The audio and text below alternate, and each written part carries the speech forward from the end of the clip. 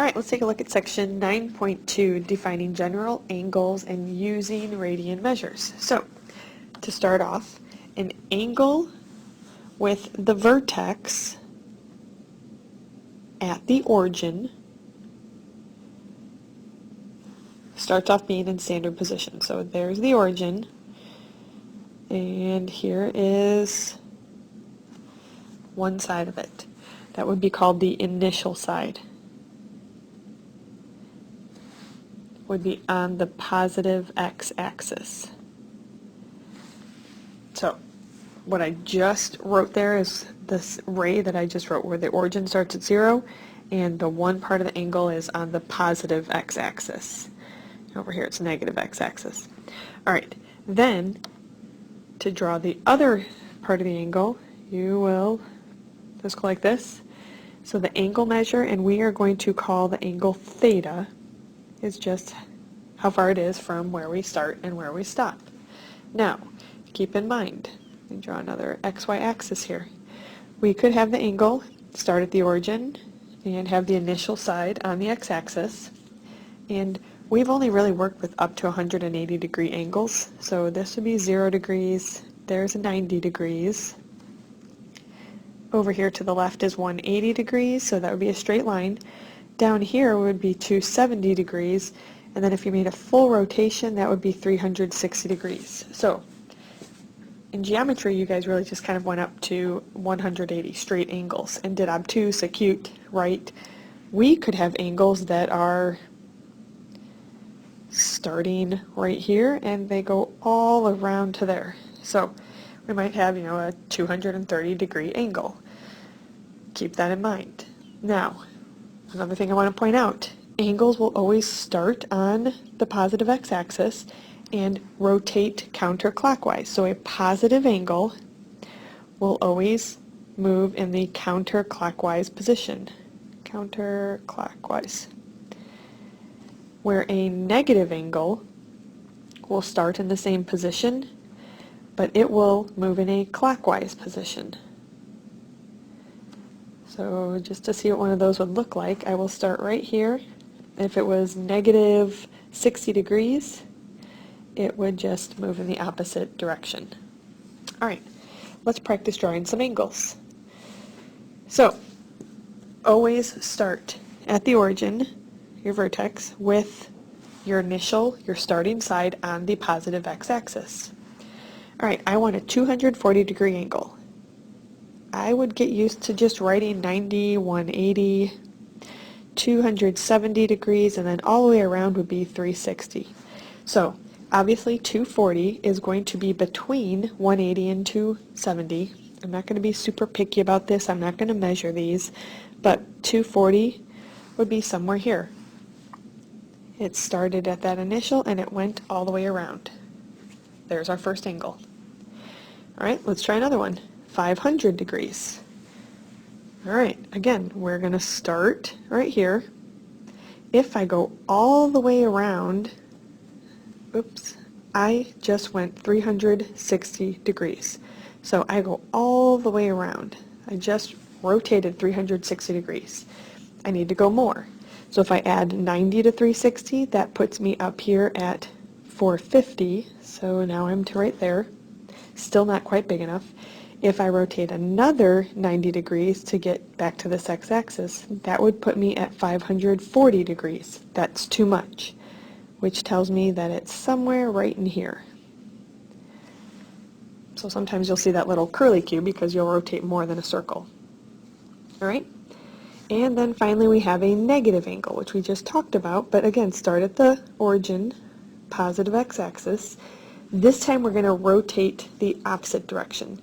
So if we went all the way down to here, that would put us at negative 90. That's too much. So right about there, there's our angle that shows negative 50 degrees. Alright, now we're going to talk about something called coterminal angles. If you're looking at your notes, you see that that's next. The reason we're going to do that is because of this example in the middle here. It would have been nicer to not have to keep spinning around to get to 500, so we have something that's called a coterminal angle. It's an angle whose terminal or ending side, this side right here, is the same. So, I'm going to fill this in. Coterminal angles are angles whose terminal, and that's just the stopping side, are the same. So the terminal sides are the same. They stop in the same position. These are always multiples of 360 or 2 pi.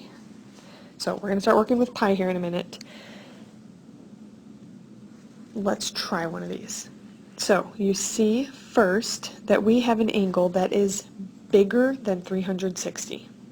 So to find an angle where if I graphed it, it would start and stop at the same position, what I'm going to do is I'm going to take 395 and I'm going to subtract 360 from that. That puts me at 35 degrees. If I back up a minute here, if you look at the one that I just put the star by, B, that one, oops, let me erase that star. Right here, if I wanted to know what the coterminal angle for 500 was, I could subtract 360, and that would put me at 140 degrees. So if you look, if we start here at the x-axis, 140 would be somewhere between 90 degrees and 180 degrees. So it would start and stop in the same position. That's a coterminal angle. All right. Now, if you look at these examples, it said find one positive and one negative angle. So, right now I'm at 35 degrees. To get a negative angle, I'm going to start with that 35 and subtract 360. Again, that's going to put me at negative 325 degrees. So I've got one positive, one negative that are the same as 395 degrees. If I graphed all three of those, they would start and stop in the same position. All right, let's try another one. 165. If I start at 165 and I subtract 360, that's going to put me at negative 195 degrees. So that's already negative. I want a positive one. One thing I could do is take 165 and add 360. Now I'm at 525 degrees. So if I graphed all three of those angles, they would start and stop in the same position. All right, now we have a pi. Now, 300, let me back up a minute. If I'm looking at, nope, hang on. Okay, I just went back to the very first graph that we saw. We keep talking about 0 being right here, 0 degrees, 90 degrees, 180 degrees being right here, and 270, and then finally our full rotation would be 360. We are going to start working with pi. A full circle, remember, a full circle is 2 pi. Half of a circle would be pi, which would make 90 pi over 2 and 273 pi over 2. So I wanted to point that out. You know, most of us remember that a full circle is 2 pi, and then we can find the other based off of that.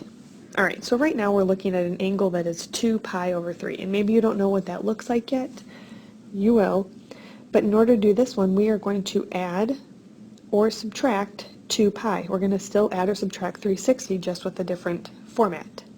So I'm going to start with 2 pi over 3, and I'm going to go ahead and subtract 2 pi. That's really 2 pi over 1. Get common denominators, so multiply top and bottom by 3. So I've got 2 pi over 3 minus 6 pi over 3. That gives me negative 4 pi over 3.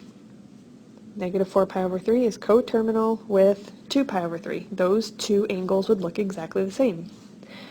All right, now I'm going to go back to 2 pi over 3, and I'm going to add 2 pi, or add 6 pi over 3, to get 8 pi over 3. There are my coterminal angles.